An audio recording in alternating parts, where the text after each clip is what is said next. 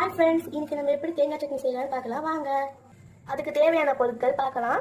2 பச்சை மிளகாய், 2 சின்ன வெங்காயம், 3 பூண்டு, 2 டீஸ்பூன் பொட்டுக்கடலை, ஒரு கொத்து கருவேப்பிள்ளை, 3 டேபிள் ஸ்பூன் தேங்காய், துருவன தேங்காய், சிறிதளவு கொத்தமல்லி தழை.